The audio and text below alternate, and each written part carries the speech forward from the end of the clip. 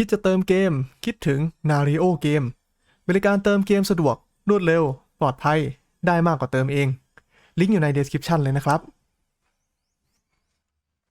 Nario เกมรับเติมเงินแบบ UID แล้วนะครับสะดวกรวดเร็วเพียงแค่ใช้ UID ไม่ต้องออกเกมให้ยุ่งยากครับสวัสดีครับผมแอลจาก Channel Mr. L ครับสำหรับคลิปในวันนี้ครับผมก็จะมาพูดถึงวิธีการเรียงสกิลในสถานการณ์ต่างๆของชูล่าสายปลาบอลครับตั้งแต่ตอนที่คุณเปลี่ยนมาเป็นม้องใหม่ๆเลยแล้วก็เปลี่ยนมาเป็นแชมเปี้ยนแล้วสุดท้ายคุณเป็นชูล่านะครับว่าแต่ละช่วงแต่ละตอนครับตอนที่คุณไปทำอะไรเนี่ยเราควรจะเซตสกิลอย่างไรบ้างเพราะอาชีพนี้ครับสายปลาบอลเนี่ยมันเป็นอะไรที่เรียกได้ว่าค่อนข้างงงพอสมควรครับในการเซตสกิลมันไม่ค่อยเหมือนอาชีพอื่นเท่าไหร่สกิลหลายๆอย่างของเขาวนกันไม่ทันทำให้เพื่อนๆหลายๆคนเนี่ยคิดว่าเฮ้ยเราเซตสกิลผิดหรือเปล่าแต่ความจริงแล้วเนี่ยมันไม่ใช่อย่างนั้นครับมันเป็นธรรมชาติของอาชีพนี้ครับผมสกิลเขาจะวนกันแทบจะไม่ทันอยู่แล้วถ้าเกิดเพื่อนๆเล่นสายสเตนนะครับคุณอาจจะวนสกิลทันตอนที่คุณเป็นคลาส3ครับแต่ว่ามันจะมากับเงื่อนไขแปลกๆตรงนี้เนี่ยเดี๋ยวผมจะอธิบายให้ฟังทีหลังไปแล้วกันครับสำหรับชูล่านะครับผมเพื่อนๆคนไหนที่ยังไม่ทราบว่ามันสามารถเล่นได้กี่สายสเตตัสหลักอัพเป็นอะไรบ้างผมได้ทำคลิปที่ cover ข้อมูลตรงส่วนตรงนี้ออกไปแล้วนะครับก็ผมจะแปะลิงก์ไว้ให้ที่ใต้ description ครับผมสามารถไปดูเอาได้เลยครับโอเคครับมาเริ่มต้นกันเลยครับชูล่าตัวนี้ที่เซิร์ฟเวอร์ไต้หวันของผมครับผมปั้นขึ้นมาตั้งแต่ตอนเป็นนาโคเลยเป็นสายที่ผมอยู่กับมันนานที่สุดครับก็คือสายปาบอลที่สเตตัสหลักเป็นเอจิครับผมสไตล์การเล่นของมันเนี่ยก็จะเรียกว่าผมมองว่ามันเล่นค่อนข้างยากครับในช่วงต้นเกมเป็นสายที่เล่นยากที่สุดเลยพอๆกับสายสเตนในช่วงต้นเกมนั่นแหละครับผมถ้าเกิดว่าคุณไปเล่นสายคอมโบคุณจะไม่มีปัญหาต้องมากำหมัดแบบนี้ครับแล้วก็อีกส่วนหนึ่งก็คือที่เนี่ยเลเวลโลค่อนข้างสูงครับผมทำให้ปัญหาหลักๆของผมคือผมทำของไม่ทันเวลครับแต่อย่างน้อยๆสกิลที่ผมเซตมาเนี่ยต่อให้ของผมแย่แค่ไหนก็ตามครับผมสามารถเก็บเลเวลได้เพราะฉะนั้นนะครับคิดว่าตรงเนี้ยก็น่าจะเป็นไกด์ไลน์กับเพื่อนๆที่โดยเฉพาะคนที่เล่นเซิร์ฟเวอร์ใหม่นะครับผมที่เลเวลโลไม่ได้ดันจนเวอร์ครับสามารถทำของได้ดีกว่านี้เนี่ยก็น่าจะเก็บเลเวลได้สบายขึ้นครับมาดูสกิลกันก่อนเลยครับผมตอนแรกๆหลังจากที่คุณเปลี่ยนมาเป็นม้องแล้วครับเราจะไม่มีสกิลโจมตีอะไรเลยติดมาตอนเป็นอะโคไลท์ครับสกิลที่เราจะอัพจะเป็นสกิลบัฟครับก็คือ AB อันนี้ค่อนข้างสำคัญมากครับแล้วก็จะมีบัฟอีกอันนึงที่สามารถใช้ได้ก็คือสกิล K หรือว่าไคลี่ตรงนี้เนี่ยถ้าเกิดพอยต์เหลือก็อัพได้ครับแต่ว่าอาชีพเราเป็นอาชีพที่ค่อนข้างกินพอยต์เยอะมากอันนี้แนะนำว่าไม่เหลือจริงๆไม่ต้องใช้ครับให้พระในตีเราเนี่ยกดให้ดีกว่าทีนี้สกิลของมองครับอันที่สำคัญที่สุดของเราเลยไม่ว่าคุณจะเล่นเป็นสายเอจิหรือสายสเตนก็ตามครับคือสกิลเรียกลูกบอลครับอัพสกิลเรียกลูกบอลให้เต็มก่อนเลยครับอันเนี้ยมันจะทำให้เราเรียกลูกบอลได้เร็วขึ้นแล้วก็ถ้าสายเอจิเนี่ยมันจะได้ดาเมจเพิ่มขึ้นด้วยครับจากนั้นเราจะมาอัพสกิลเซนที่เลเวล1ครับผมเอาแค่มันเรียกลูกบอลได้ก่อนครับถ้าเกิดเพื่อนๆคนไหนเล่นสเตนนะครับไม่ต้องรีบอัพสกิลนี้ก็ได้ครับเพราะว่าอัพขึ้นไปเนี่ยมันจะได้ตัวคูณเอจิเพิ่มแต่ว่ามันเรียกลูกบอลได้5ลูกตั้งแต่ที่เลเวล1อยู่แล้วครับต่อมาครับจะเป็นสกิลทางขวามือสกิลที่เราจะอัพอันแรกจะเป็นสกิลอันนี้ครับทำให้เราตีไกลขึ้นอัพเป็นทางผ่านก่อนเอาแค่5พอครับแล้วมาอัพสกิล2อันนี้จะเป็นสกิลโจมตีหลักของเราครับอัพตามคูลดาวน์ที่เราทำได้เลยสำหรับสกิลโจมตีอันนี้ครับฟิงเกอร์ออฟเฟนซีฟไม่จำเป็นต้องอัพครับเพราะว่าช่วงแรกๆเนี่ยลูกบอลเราน้อยเราไม่สามารถใช้มันได้อย่างเต็มประสิทธิภาพ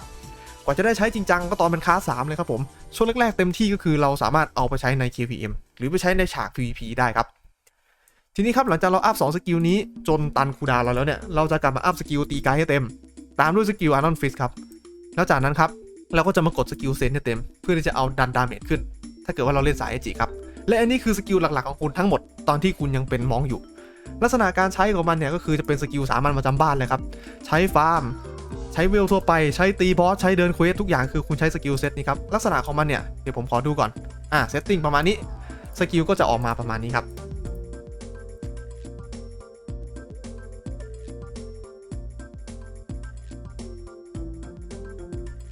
มันก็จะเป็นแบบนี้ครับผมสังเกตว่าสกิลยังไงก็วนไม่ทันครับคุณจะต้องมีการโจมตีธรรมดาแทรกเข้าไปด้วยตลอดเวลาแล้วครับทีนี้ครับสกิลเนี่ยมันไม่ได้มีแค่นี้เราสามารถทำสกิลเนี่ยเป็นสกิลกลุ่มได้ครับในกรณีที่เพื่อนๆเนี่ยอาจจะมีของแรงนิดนึงแล้วก็สามารถใช้สกิลกลุ่มเนี่ยปิดมอนแบบเกือบจะได้แล้วเราจะมีสกิลกลุ่มอยู่2ท่าก็คือสกิลนี้ครับสกิลคีย์เวฟกับสกิลเนี้ยที่เป็นสกิลชื่อยาวๆเนี่ยแหละครับผมเราสามารถอัพ2สกิลนี้ขึ้นมาได้ครับดันให้เลเวลสูงที่สุดตามคูลดาวน์ที่เราทำได้แล้วก็เอา2สกิลเนี่ยมาใช้คู่กันเพื่อที่จะเก็บมอนเป็นกลุ่มได้ด้วยครับแล้วก็พรีเซตสุดท้ายครับที่เราจะใช้ก็คือพรีเซต KVM ตอน KVM เนี่ยเราจะอัพสกิลเพิ่มขึ้นมา2สกิลครับคือ Spirit Explosion ครับอัพเต็มกับ Finger Offensive ก็อัพเต็มถ้าเกิดพอยต์ไม่พอนะครับให้ไปทอนพอยต์ออกจากพวกสกิลนี้หรือสกิลกลุ่มอันนี้ครับผมถ้ายังไม่พออีกสามารถถอดบางส่วนออกจากสกิล Investigate ก็ได้นะพยายามเน้นสกิลนี้ให้เต็มครับแล้วก็ ช่วงแรกๆครับสกิลเนี่ยตอนที่คนยังไม่ใส่ชุดเมอร์ฟี่กันครับเป็นสกิลที่โคตรแรงเลยครับถ้าเกิดว่าศัตรูไม่ใช่เป็นประเภทสายที่เน้นอึดเน้นอัพค่าวิทมาครับโดนไปดอกเดียวนี่คือแทบนอนพื้นเลยทีเดียวและทีนี้ของเราจะใส่ยังไงครับหลังจากที่เราเปลี่ยนอาชีพมาใหม่ๆครับผมของเซตที่ผมแนะนำเซตแรกให้คุณใส่ครับจะเป็นเซตนี้ครับผมเซต25 Attack Speed 3 ชิ้นครับทำไมถึงใส่แบบนี้ครับเราเป็นสายสกิลไม่ใช่เหรอสกิลเราคูลดาวน์ไม่เยอะครับแค่คูลดาวน์จากอาวุธอย่างเดียวเนี่ยมันก็เพียงพอแล้วครับผมแล้วก็สังเกตนะครับว่าตัวเราสกิลวนไม่ทันครับในเมื่อวนไม่ทันคุณต้องตีธรรมดาไปรีดดาเมจจากการตีธรรมดามันช่วยได้ดีกว่าการคุณไปดันสกิลครับแล้วทีเนี้ยผมอยากใส่เซตสกิลมันผิดไหมมันไม่ผิดครับในกรณีที่คุณสามารถใช้สกิลกลุ่มของคุณเนี่ยปิดมอนได้แล้วเฮสของคุณยังไม่พอที่จะอัพสกิลเลเวลสูงๆได้ก็เอาเซตที่เป็นเซต25ที่เป็นลดคูลดาวน์มาใส่ก็ได้ครับที่เป็นแหวนม่วงอันเนี้ยใส่กับผ้ายันแล้วก็ไปฟาร์มมอนเป็นกลุ่มแต่ว่าช่วงแรกๆครับตอนที่มอนเลเวลไม่เยอะมันไม่ค่อยมีมอนเป็นกลุ่มที่มันตีเราก่อนครับชุดแรกที่เราจะเจอก็จะเป็นที่เรือผีจะมีตัวโครงกระดูกกับวิสเปอร์ถ้าเกิดว่าเลยช่วงนั้นไปเนี่ยปกติสกิลกลุ่มเราจะเอาไปฟาร์มกับมอนตัวเล็กมันไม่ค่อยตีเราก่อนครับแล้วมันไม่ค่อยลุมเราด้วยเพราะฉะนั้นถ้าเกิดว่าจะใช้สกิลกลุ่มอย่างเดียวแล้วไม่ใช้สกิลเดียวนะครับผมมองว่าที่ผมเล่นมาเนี่ยมันเป็นอะไรที่ค่อนข้างช้าครับสู้ใช้สกิลสามัญของเราปกติแล้วตีธรรมดาเอาเนี่ยดาเมจมันจะดีกว่าครับผมใส่ของอย่างนี้ไปเรื่อยๆจนถึงเลเวล40ครับเราจะเปลี่ยนจากประดับ25เนี่ยเป็นกระดิ่งทอง2ข้างเพื่อที่จะดันค่า penetration ขึ้นครับผม attack speed จะแค่ทาริสก็พอแล้วครับเพราะหลักๆเนี่ยโดยพื้นฐานเราเนี่ยเรายังเป็นสายที่ใช้สกิลทำดาเมจเป็นหลักอยู่ของจะใส่เหมือนกันเลยครับไม่ว่าคุณจะเล่นเป็นสายสเตนหรือว่าสายเอจิตอนเนี้ยคุณจะใส่เป็นแบบนี้แล้วทางแยกของมันเนี่ยจะมาอยู่ตอนที่เลเวล50ครับเพื่อนๆที่เล่นสายสเตนถึงตอนเนี้ยก็จะใส่พวกประดับพวกนี้ทั่วๆไปครับผมจะใส่คล้ายๆกับพวกอาชีพที่เป็นสายสกิลแท้ๆแล้วครับอย่างเช่นพวกพ่อค้าพวกไนท์ฮอคอะไรพวกเนี้ยแต่สำหรับเพื่อนๆที่เล่นเป็นสายเอจิเราจะทำการเปลี่ยนประดับ1ชิ้นครับก็จะเป็นประดับสีฟ้าอันนี้เอามาใส่เป็นตัวยืนพื้นครับผมค่ายเอจิมันจะให้ในส่วนของค่ายแท็กกับค่ายแท็กสปีดเราครับที่เรามาเปลี่ยนตอนนี้ประมาณเลเวล4-50เนี่ยก็เพราะว่าช่วงแรกๆเลเวลเรายังน้อยครับสเตตเราอัพได้น้อยค่าอัพเกรดเราก็น้อยครับแล้วก็ออฟแมวในช่วงนี้เรายังไม่ค่อยจะมีกันหรอกครับเราจำเป็นที่จะต้องมีเลเวลแล้วก็ทำของขึ้นมาสักนิดนึงก่อนเพื่อให้ของที่เป็นประดับสเตตเนี่ยมันแสดงประสิทธิภาพได้เต็มที่ครับหลังจากเราใส่ยืนพื้นเข้าไป1ชิ้นครับเราจะได้ค่ายแท็กสปีดมาระดับ1เราจะสามารถเปลี่ยนทาริสได้ครับทีนี้ก็เลือกใส่ที่มันเหมาะกับตัวเราเลยครับเพราะว่าแต่ละคนเนี่ยทำของมาไม่เหมือนกันอัพเกรดเป็นลำดับอะไรก็ไม่เหมือนกันครับบางคนทำทาริสก่อนบางคนทำประดับก่อนอะไรแบบเนี้ยหรือบางคนก็จะมีการ์ดที่ติดตัวมาไม่เหมือนกันด้วยประดับที่ใช้ทาริสตรงเนี้ยก็จะไม่เหมือนกันครับแล้วแต่ว่าตัวเราใช้อะไรแล้วแรงสำหรับตัวผมเนี่ยผมใช้ประดับ50แรงกว่า40ครับผมแล้วก็ประดับอีก1ชิ้นครับชิ้นนี้เป็นชิ้นยืดหยุ่นครับแล้วแต่ว่าเราใส่อะไรแล้วตัวเราแรงที่สุดครับคุณจะใส่เป็นกระดิ่งก็ได้จะใส่เป็นแหวน50ก็ได้หรือว่าจะใส่เป็นประดับ AG อีกข้างหนึ่งก็ได้ซึ่งสำหรับตัวผมเนี่ยผมใส่ประดับ AG 2ข้างมันให้ดาเมจดีที่สุดครับของก็จะเป็นประมาณนี้ครับและของชุดเนี้ยจะเป็นชุดสุดท้ายที่คุณใส่ไปแบบแทบจะยันเอ็นเกมเลยครับผมต่อมาครับถึงเลเวลประมาณ50เนี่ยมันจะเป็นช่วงที่เราเกือบจะเปลี่ยนเป็นแชมเปี้ยนแล้วครับเปลี่ยนเป็นแชมเปี้ยนแล้วได้สกิลอะไรบ้างสำคัญเลยครับสกิลแรกที่สำคัญที่สุดคือสกิลเจนเนอร์ทัชจี้จุด Energy Gain ครับสกิลนี้เป็นสกิลที่ช่วยให้เราเนี่ยเรียกลูกบอลมาได้ไวขึ้นสำคัญมากๆครับเพราะช่วงแรกเนี่ยเราใช้ลูกบอลค่อนข้างเยอะแล้วแม็กลูกบอลเรามีแค่5ลูกครับผมอัพอันนี้เต็มก่อนเลยครับเพื่อที่จะให้แสดงประสิทธิภาพได้สูงสุดสกิลต่อมาที่เราจะอัพเป็นสกิลที่ใช้เป็น mobility เพื่อที่จะเพิ่มความคล่องตัวในการเคลื่อนที่เป็นสกิล body relocation ครับหรือว่าสกิล snap สกิลนี้ครับยิ่งอัพขึ้นไปเนี่ยคูลดาวน์ไม่เพิ่มครับแต่จะได้ค่าพลังโจมตีเพิ่มขึ้นมาแทนแต่ปกติแล้วครับไอ้พวกสกิลพุ่งพวกเนี้ยมันเอามาใช้เพื่อการเคลื่อนที่เท่านั้นครับอัพมาแค่เลเวล1ก็พอครับผมเพียงพอต่อการใช้งานได้ครับเสร็จแล้วครับต่อมาเนี่ยมันจะเป็นสกิลทางขวามือละที่เราจะอัพมาแล้วแต่ว่าเราจะเล่นเป็นสายอะไรครับสกิลหลักๆที่ยืนพื้นของเราครับจะมีแค่2สกิลนี้เองครับผมเสร็จแล้วต่อมาครับผมสกิลที่เราจะอัพครับก็คือเราจะมาอัพสกิลเบสสต็อกครับเลเวล5เพื่อที่จะมาอัพสกิลตรงนี้ครับเป็นพาสซีฟรีลูกบอลครับผมที่เลเวล10มีโอกาส 10% ครับเมื่อเราใช้สกิลตามที่เขาบอกเนี่ยจะเรียกลูกบอลกลับมาได้1ลูกถึง2ลูกครั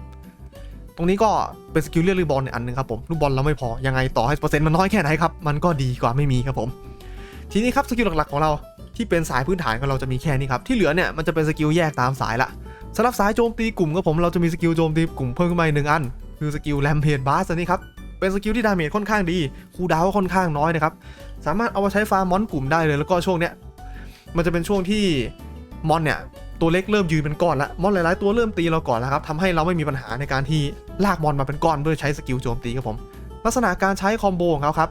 มันก็จะเป็นแบบนี้ครับเดี๋ยวสาธิตให้ดูอันนี้เป็นเซตสกิลโจมตีกลุ่มของผมครับเวลาใช้ก็จะประมาณนี้ ตัวนี้ก็สามารถฟาร์มมอนเป็นกลุ่มได้นะครับแล้วก็เพิ่มเติมนิดหนึ่งครับผมในส่วนของสกิลแรมเพจบาสอันนี้ครับจริงๆแล้วเนี่ยมันออโต้ได้ครับเนี่ยอย่างที่ผมใช้ให้ดูในเซิร์ฟเวอร์ไต้หวันตอนนี้ครับแล้วก็อันนี้เป็นเหตุผลหนึ่งที่ผมมาอัดตัวที่เซิร์ฟเวอร์ไต้หวันให้ดูด้วยครับเพื่อที่จะโชว์ตรงนี้ครับผมเผื่อเพื่อนๆคนไหนเนี่ยอาจจะแคปจอผมไปครับแล้วก็ช่วยๆกันคนละไม้คนละมือครับรีพอร์ตไปที่แอดมินเพจครับว่าปัจจุบันนี้ครับไอ้สกิลตัวเนี้ยที่เซิร์ฟเราเนี่ยมันออโต้ไม่ได้ครับผมไม่รู้ว่ามันเป็นเพราะบั๊กหรือเพราะอะไรนะครับอัปแพททีไรเนี่ยบั๊กเยอะกว่าคอนเทนต์ที่อัปเดตเข้ามาตลอดเป็นอะไรที่น่าปวดหัวมากเลยครับสกิลเซตต่อมาที่เราจะใช้ครับผมก็จะเป็นสกิลเซตที่เอาไว้ใช้ตีบอสครับเราจะมีสกิลเพิ่มขึ้นมา1อันของเซิร์ฟเวอร์เราสกิลนี้ชื่อว่า power velocity ครับผมข้อดีของมันเลยก็คือจริงๆเนี่ยมันทำดาเมจตอนที่เราตีธรรมดาได้ครับแต่หลักๆก็คือมันเรียกลูกบอลคืนให้เราได้ครับผมเราจะได้สกิลเรียกลูกบอลเพิ่มเติมขึ้นมาอีก3สกิลเลยตอนที่เราเป็นแชมป์ครับแต่สกิลโจมตีเราจะน้อยหน่อยมันจะทำให้ลูกบอลเราเนี่ยแบบเพียงพอต่อการใช้งานเยอะขึ้นมากๆครับแล้วก็นอกจากนี้ครับมันยังมีสกิลโจมตีอันนึงที่เป็นออปชั่นก็คือสกิลอันนี้เป็นปาล์มสไตร์แต่ว่ามันจะใช้ได้ตอนที่คุณกดสถานะ Explosion แล้วเท่านั้นครับมันค่อนข้างที่จะใช้งานยากแล้วก็ลูกบอลคุณยังน้อยครับอย่างที่ผมบอกต่อให้คุณเป็นแชมเปี้ยนแล้วครับโอกาสที่คุณจะใช้สกิลนี้ได้ทีๆเนี่ยก็ยังค่อนข้างยากครับสำหรับบางคนที่มีดาเมจครับเราสามารถใช้สกิลสต็อปเบสนี้ไปฟาร์มได้สกิลนี้เป็นสกิลกลุ่มนะครับแต่ AOE ลักษณะมันจะเป็นเส้นตรงครับผมตัวผมเองเนี่ยของไม่ถึงครับเพราะว่าที่นี่เลเวลโลมันเยอะครับผมไม่ได้เติมเงินทำของไม่ทันเดี๋ยวผมจะเอาตัวที่เซิร์ฟเวอร์ SCA ครับผมสาธิตให้ดูว่าลักษณะการใช้งานสกิลนี้มันเป็นยังไงนะครับสำหรับสกิลสตอมเบสนะครับจริงๆแล้วมันเป็นสกิลกลุ่มครับแต่ว่า AOE ของมันเนี่ยมันไม่ได้เป็นลักษณะกลมๆรอบตัวมันจะเป็นเส้นตรงพุ่งออกไปด้านหน้าครับซึ่งถ้าเกิดเพื่อนๆคนไหนนะครับสามารถทำดาเมจได้ถึงครับสามารถเอาสกิลนี้เนี่ยมาฟาร์มได้ครับผมอาจจะผสมสกิลลูกบอลอันนี้เพื่อที่จะเรียกมอนให้วิ่งเข้ามาหาเรานะครับเป็นเส้นตรงระหว่างนั้นเนี่ยเราก็ชาร์จสตอมเบสยิงสวนเข้าไปแบบที่ผมทำให้ดูอยู่ตอนนี้ครับนอกจากนี้ครับเรายังสามารถเติมสกิลแรมเพจบาสเข้ามาในชุดเพื่อทำดาเมจได้ดีขึ้นได้อีกด้วยครับแต่ตอนนี้อย่างที่ว่าไปครับผมเซิร์ฟเรามันบั๊กอยู่นะครับสุดท้ายนี้นะครับก็จะเป็นสกิลของอาชีพชูราครับผมเพื่อนๆคนไหนที่เล่นมาตั้งแต่ศูนย์ครับกำหมัดมาจนถึงจุดนี้ได้ยินดีด้วยครับผมคุณถึงจุดที่ตัวละครมันจะเริ่มเล่นได้ง่ายขึ้นแล้วครับสาเหตุหลักจะมาจากสกิลที่สำคัญที่สุดของเขาอย่างสกิล Rising Dragon ครับผมสกิลนี้นอกจากจะเรียกลูกแก้วให้คุณ5ลูกแล้วจะเพิ่มลิมิตลูกแก้วของคุณขึ้นไปอีก5ลูกด้วยนอกจากนี้ครับยังจะเพิ่มสถานะ Explosion ให้คุณ5ชั้นอีกด้วยครับทำให้คุณเข้าสู่สถานะนี้ได้โดยที่ไม่ต้องจ่ายลูกแก้วเลยครับผมเป็นสกิลที่ดีมากๆครับอัพเต็มก่อนเลยจากนั้นครับผมตามมาด้วยสกิลลบดีบัฟครับอัพมาที่1ครับให้มันทำงานได้ครับแล้วเราจะมาอัพสกิลโจมตีครับเชคเกอร์ครับดันเต็มเลยครับสกิลนี้เป็นสกิลโจมตีที่ยิ่งอัพยิ่งแรงและไม่เพิ่มคูลดาวน์นะครับคงที่เท่ากันทุกเลเวลครับเต็มให้ไวที่สุดครับตามด้วยสกิลไทเกอร์แคนนอนครับอันนี้ทำดาเมจได้รุนแรงมากๆยิ่งเป้าหมายเนี่ยเลื่อนลดไปเยอะยิ่งแรงครับผมยิงบอสเนี่ยด้วยของง่อยๆของผมทำเป็นหลัก10 ล้านได้เลยครับสกิลนี้ครับแคสไทม์ค่อนข้างสูงครับผมอาจจะอัพได้ไม่เต็มก็อัพเท่าที่เราอัพไหวครับแล้วก็สุดท้ายก็จะเป็นสกิลพาสซีฟอันนี้ครับที่เมื่อเราใช้สกิลลูกแก้วโจมตีไปครับผมลูกแก้วที่เราใช้ไปครับจะถูกไปเป็นโบนัสค่า penetration ให้เราตามจำนวนที่เรากินไปครับแล้วแต่ว่าสกิลนั้นๆกินไปเท่าไหร่ครับผมซึ่งตัวนี้ครับถือว่าเป็นอะไรที่ให้เยอะมากๆเลยนะถ้าเกิดเทียบกับอาชีพอื่นนะครับมันดันค่าเพนแบบทะลุโบนัส2 เท่าได้เลยครับแล้วสกิลหลักๆที่คุณจะเติมเข้าไปในทุกๆรีเซ็ตของสกิลคุณเลยครับผมก็คือสกิล Rising Dragon ครับผมสกิลเชคเกอร์ครับแล้วก็ถ้าเกิดว่าเป็นสกิลที่เป็นเป้าเดี่ยวทั่วไปหรือสกิลตีบอสครับที่ไม่ใช่สกิลกลุ่มเราจะเติมไทเกอร์แคนนอนเข้าไปด้วยครับสำหรับสกิล Lightning Line อันนี้ครับผมเพื่อนๆที่เล่นสายจิจะไม่สามารถใช้ได้นะครับเพราะว่ามันจะกินลูกบอลคุณหมดตัวเลยทำให้คุณเลี้ยงลูกบอลไม่ได้ครับมันจะเป็นสกิลเฉพาะของสายสเตนเท่านั้นครับผมโอเคครับทีนี้ไปดูการใช้งานสกิลกันครับสำหรับพรีเซตชุดแรกที่ผมจะโชว์นะครับเป็นสกิลพรีเซตสามัญทั่วไปครับสกิลที่ผมใส่เข้าไปแล้วกดออโต้ไว้จะเป็นตามนี้ครับผมอันนี้เป็นเซตสกิล3สกิลครับประกอบไปด้วยบัฟ Rising Dragon เซนแล้วก็เบสซิ่งเป็นเซตนี้ครับต่อมาครับก็จะเป็นสกิลเชคเกอร์แล้วก็สกิลอันนี้เป็นสกิลรวมนะครับผมจะรวมในส่วนของ Tiger Cannon กับ Investigate เข้าไว้ด้วยกันแล้วก็จะเป็นสกิลที่เราสามารถเปิดออโต้ทิ้งเอาไว้ได้ครับผมลักษณะก็จะประมาณนี้แน่นอนเพราะว่าเราเป็นสายเอจิครับมันก็จะมีการโจมตีธรรมดาแทรกด้วยแล้วก็ใช้สกิลแบบปนๆกันไปครับอะไรตามนี้ครับผมทีนี้ครับสกิลเซตเนี่ยมันจะคล้ายๆกับเซตล่าบอสครับโดยที่จริงๆแล้วเนี่ยสกิล power velocity นะครับตอนที่คุณไปฟาร์มคุณจะเปิดหรือไม่เปิดก็ได้ครับมันไม่ค่อยมีผลอะไรแต่มันจะเป็นที่จะต้องเปิดตอนคุณไปล่าบอสครับจากนั้นเราจะทำการเปลี่ยนสกิลนิดหน่อยครับผมสำหรับตอนล่าบอสเนาะเราจะถอดสกิล investigate ออกครับใส่แค่ Tiger Cannon ล้วนๆอย่างเดียวทำให้เราเนี่ยเลี้ยงสกิลได้ง่ายขึ้นลักษณะการใช้จะออโต้ 100% ไม่ได้นะครับเราจะต้องคุมมือด้วยส่วนหนึ่งตอนเปิดครับผมให้เรากดสกิลตรงนี้ก่อนผมจะเอาสกิลเซตที่เป็นในส่วนของ explosion ครับกับ Rising Dragon มารวมไว้ด้วยกันเพื่อให้กดแมนนวลมือได้อีกส่วนนึงครับผมที่ผมทำเป็นเซตไว้ด้านหน้าตรงเนี้ยอันนี้ยังไม่ได้ใส่ ก็จะเป็นส่วนของสกิลเรียกลูกบอลครับอันนี้ไม่ได้ทำมาใช้ครับแต่เอาไว้ทำมาดูเฉยๆครับผมจะเป็นสกิลชุดนี้ Rising Dragon กับเซนครับก็จะเอามายัดด้านหน้าสุดเนาะอันนี้เอาไว้ใช้มอนิเตอร์จำนวนลูกแก้วของเราครับว่าตอนเนี้ยเราเหลือลูกแก้วอยู่กี่ลูกเราควรจะต้องใช้สกิลเติมเข้าไปได้ตอนไหนนะครับเพราะว่าสกิลหลักๆของเราเนี่ยมันจะมีอยู่1สกิลที่เราใช้ล่าบอสคือ Finger Offensive ที่เป็นสกิลที่เราจะต้องดูจังหวะการใช้เองครับผมเดี๋ยวจะลองสาธิตให้ดูแบบสั้นๆแล้วกันครับเริ่มต้นสตาร์ทด้วย Explosion แล้ว Rising Dragon ก่อนเพื่อเก็บ10สแต็กตรงนี้ครับจากนั้นเปิดออโต้ตีครับเมื่อลูกแก้วคุณเริ่มเยอะครับให้แทรกสกิล Finger Offensive เข้าไปครับผมแล้วก็คอยดูจังหวะไว้ครับแก้วเริ่มเยอะไล่ได้เนี่ยอันนี้ไล่ลูกบอลใกล้จะมาแล้วครับผมเราก็สามารถสแปมสกิลได้ถ้าลูกแก้วเราเหลือครับ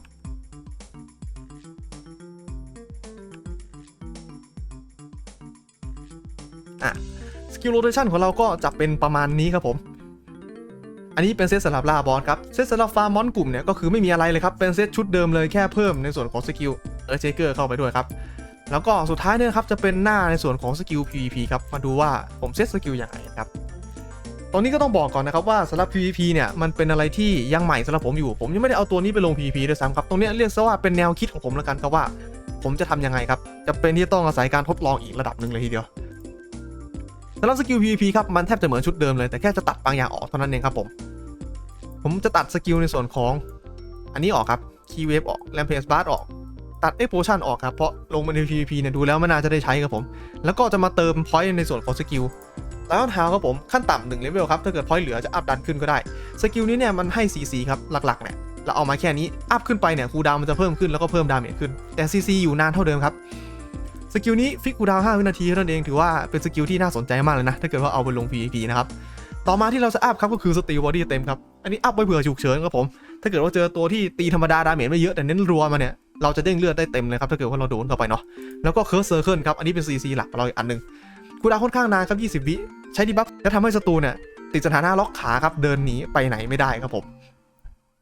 โรเทชันเขาก็จะประมาณนี้ที่เหลือก็จะใช้การคุมมือครับผมส่วนอะไรที่ตั้งแมนนวลออโต้เนี่ยจะเป็นแบบนี้ครับจริงๆแล้วเนี่ยมันจะมีสกิลที่เป็นแมนนวลอันนึงหลุดไปด้านหลังครับก็คือสกิลเคิร์สเซอร์เคิลนี่แหละสกิลอันไหนที่ต้องกดบ่อยๆเนี่ยครับผมจะเอาไว้ด้านหน้าทั้งหมดแล้วรวมทั้งพวกไอ้สกิลพุ่งด้วยครับผมตรงเนี้ยคือช่องมันไม่พอครับผมก็เลยต้องเลือกว่าจะเอาอะไรไว้ข้างหน้าดีผมมองว่าเอาสกิลที่ใช้ฉุกเฉินอย่างสตีลบอดี้ไว้ข้างหน้าดูแล้วน่าจะดีกว่าเอาสกิล CC ที่คูลดาวน์นานมาไว้ข้างหน้าครับเพราะว่าอย่างน้อยเราก็มี CC อันนึงให้เรากดใช้แล้วครับผมสุดท้ายนี้นะครับเดี๋ยวผมก็จะทำการแถมให้ในส่วนของโรเทชันสกิลล่าบอสครับของสายสเตนครับผมเพราะว่าเขาจะใช้ไม่เหมือนกับสายเอจิครับเดี๋ยวมาดูกันครับว่าเขาใช้ยังไงมีการปรับปรุงอะไรบ้างนะครับเผื่อเพื่อนๆคนไหนเล่นเป็นปลาบอลสเตนเนาะอย่างแรกที่จะเปลี่ยนครับผมก็คือในส่วนของอันนี้ครับสกิลปลาบอลสายสเตนจะไม่ใช้ครับผมเขาจะใช้ไลท์เทนนิ่งไลน์แทนเดี๋ยวขอเปลี่ยนพรีเซตก่อนเอาอันนี้ยัดเข้ามาแทนครับจากนั้นครับผมอีกสกิลหนึ่งที่เราจะใช้ครับคือสกิลไทเกอร์แคนนอนตรงนี้อันเนี้ยถ้าเกิดว่าเราเป็นสายเอจิเราจะใช้แค่ไทเกอร์แคนนอนล้วนแต่ถ้าเกิดว่าเราเป็นสายสกิลครับสายสเตนเนี่ยเราจะเอาตัวพรีเซตมาใส่ครับเป็นสกิลกรุ๊ปยัดเพื่อเพิ่มสกิลอินเวสติเกตเข้าไปด้วยครับเราจะใช้สกิลเซตนี้เป็นโรเทชันหลักในการตีบอสของเราครับโดยที่ตอนสตาร์ทเนี่ยเราจะเริ่มเหมือนกับสายเอจิเลยครับผมกดตัวนี้ด้วยมือก่อนจากนั้นเราก็ออโต้แล้วปล่อยจอยได้เลยครับสายสเตนจะค่อนข้างเล่นง่ายกว่านะเดี๋ยวผมจะตีให้ครบ1 นาทีเลยนะครับเพราะว่าผมอยากจะให้เพื่อนๆเนี่ยดู DPS นิดนึงครับผมมั่นใจว่าหลายๆคนเนี่ยอาจจะมีข้อสงสัยเพราะว่าอาจจะเห็นตัวละครของผมครับโจมตีธรรมดาเข้าไปหลายครั้งหลายๆคนก็คงจะคิดว่าเฮ้ยตีธรรมดาแบบนี้เราเล่นสายสกิลแท้ๆเนี่ย DPS เรามันจะตกไหมมันจะมีปัญหาตรงนี้หรือเปล่านะครับอันนี้เดี๋ยวค่อยๆดูไปแล้วกันครับ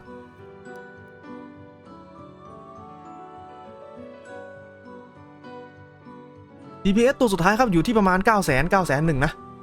ทีนี้ครับหลายๆคนที่สงสัยว่าทำไมผมไม่ยัดสกิลให้มันวนได้ครบเดี๋ยวผมจะลองยัดสกิลให้ดูนะครับก่อนอื่นเรารีเซ็ตเป้าหมายก่อนเสร็จแล้วเราก็เปลี่ยนสกิลครับสกิลที่เราจะยัดเติมเข้าไปได้ครับจะเป็นสกิลที่ไม่มีคูลดาวน์ครับผมจะใช้เมื่อเรามีลูกบอลเหลือได้ครับสกิลอันนี้เบรกสต็อปใส่เพิ่มเข้าไปเช็คให้เรียบร้อยตรงนี้ครับแล้วก็เรามาเริ่มกันเลยครับสกิลเราคูลดาวน์รอแป๊บหนึ่งให้มันมาครบก่อนระหว่างนี้เราก็บัฟรอก็ได้ครับแล้วก็ปล่อยจอยเหมือนเดิม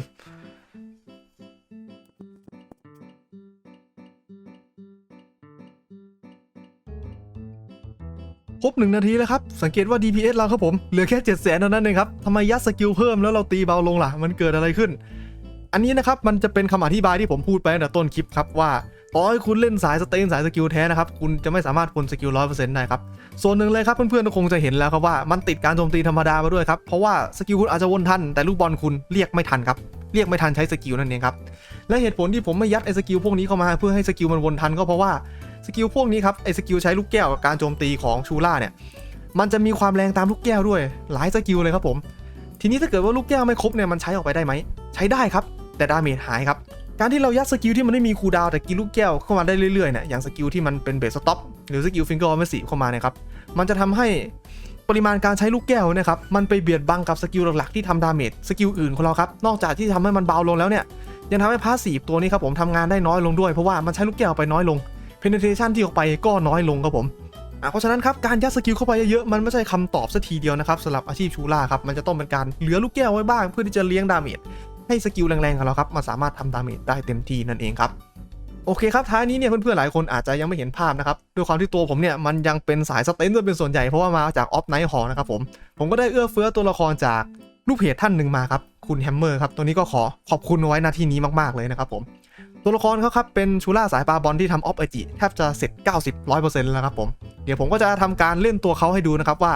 พีเซตที่ใช้ในการล่าบอสเนี่ยมันจะต้องคุมยังไงเป็นตัวอย่างทิ้งท้ายก่อนที่จะจากกันไปในคลิปนี้ครับสุดท้ายนะครับถ้าเกิดเพื่อนๆถูกใจคลิปนี้นะครับก็อย่าลืมกดไลค์กดติดตามช่องของผมเอาไว้จะได้ไม่พลาดคลิปใหม่ๆนะไว้เจอกันใหม่คลิปหน้านะครับสำหรับวันนี้สวัสดีครับ